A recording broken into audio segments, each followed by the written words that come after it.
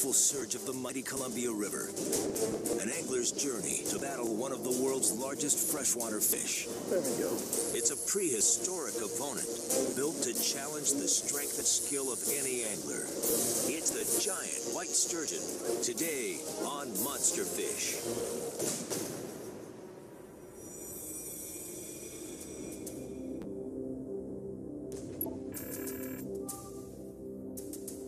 Basalt cliffs, scraped bare by the Ice Age floods. I'm on the lower Columbia River below the Bonneville Dam on the Oregon and Washington side. On our hunt for monster fish today, we're after giant sturgeon. The sturgeon, the one freshwater fish to make an angler tell a guide, you're gonna need a bigger boat.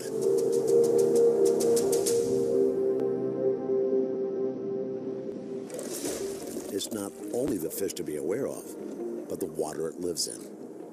Now, most accidents and deaths occur on this river system when people have not been either A, educated well enough or used the proper weight on their anchor. We're using 50 pounds. Rule of thumb is, for length of rope, 3 times the depth of your water. We're at 50 feet, we've got 150 feet of rope out. It only takes a slipped anchor to send a fishing boat into the path of the giant oncoming barges that use the Columbia as their superhighway. Combining a lot of different elements is really the key to success. We're in a dam area here in the Columbia River. It releases a lot of water as power consumption is needed throughout the day. Try to find the sturgeon highway and fish that fast water on the edge of the slower seam. Find water that's going to be in excess of 40 to 50 feet. These huge behemoth sturgeons like fast current and cooler water temperatures. At times, 1 million cubic feet a second flow through here, running fast, cold, and deep. Shad is always the best bait for sturgeon, especially when cut open to expose the blood vessels.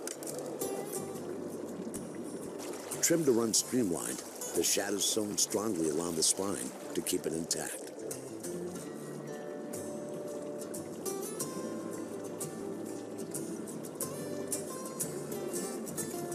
The next step is to inject the bait liberally with sardine oil to make it even more attractive to a sturgeon.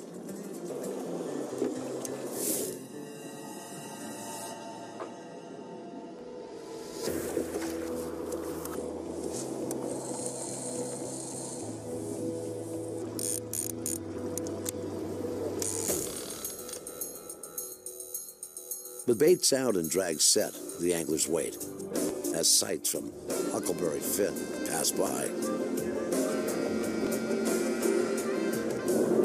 Dennis, what are we in, Louisiana? The big whale keeps on turning, even if it looks out of place among Douglas firs.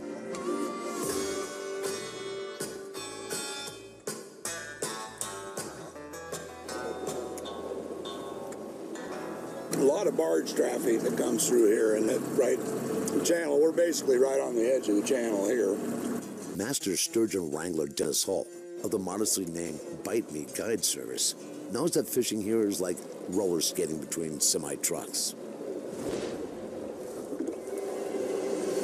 There we go. Yeah, I got it.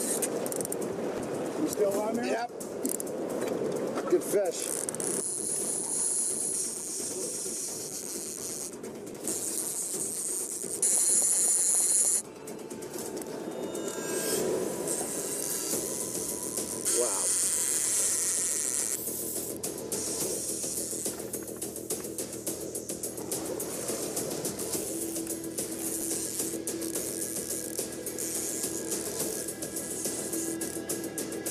Whoa!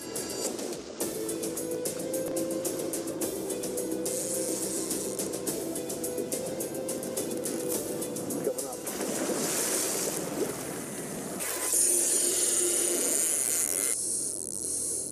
Whoa. It's going back down.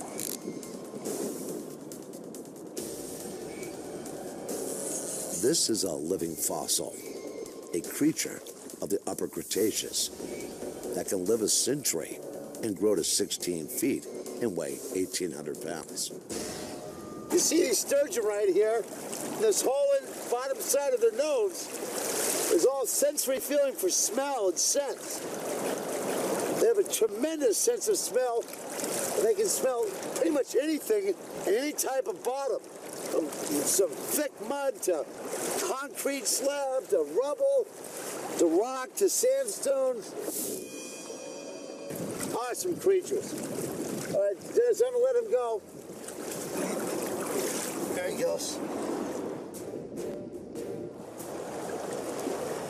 It's a monster, but not quite the monster fish.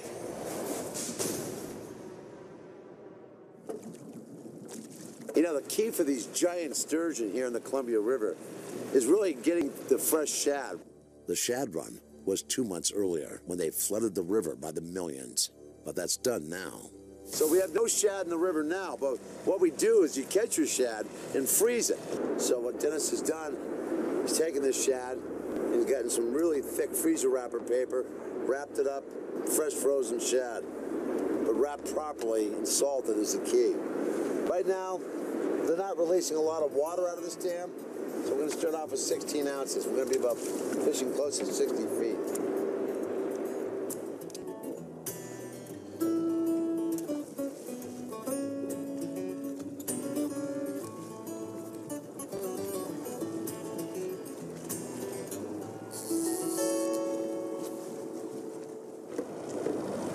You know, the white sturgeon can be found from Ensenada, Mexico, all the way to Alaska. But best size and numbers are here in this lower stretch of the Columbia River system and also in British Columbia on the Fraser River. They will move up here in late spring and early summer to spawn up here below Bonneville Dam. From these waters have come sturgeon topping 1,200 pounds.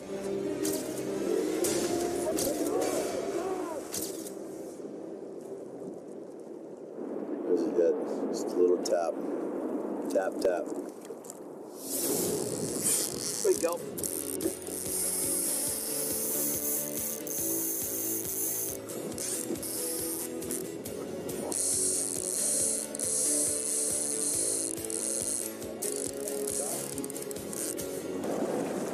Now, as the females come up here to spawn in this lower stretch of the Columbia River system, they can lay anywhere between 100,000 to several million eggs. Now that bodes well for the future population of the sturgeon, which are under such tremendous pressure right now. They carry a lot of contaminants in their flesh from pollution and toxins that are in the water, over netting, overfishing, and harvesting. The populations have declined tremendously in the last 15 years.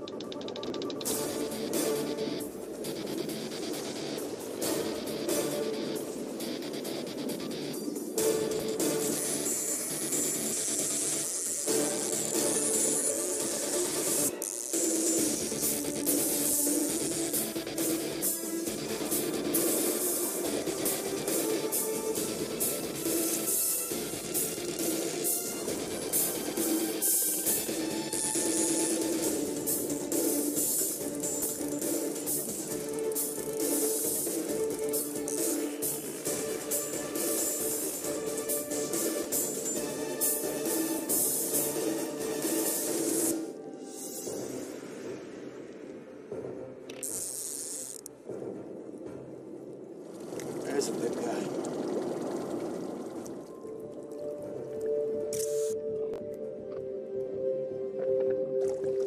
A sturgeon's mouth is a vacuum cleaner, sucking up larvae, crustaceans, and mollusks, as well as eels, smelt, and especially shad.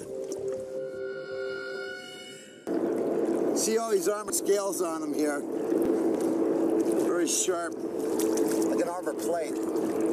They'll let you know when they want to go. They'll give you a good tail whack or two. Here it goes.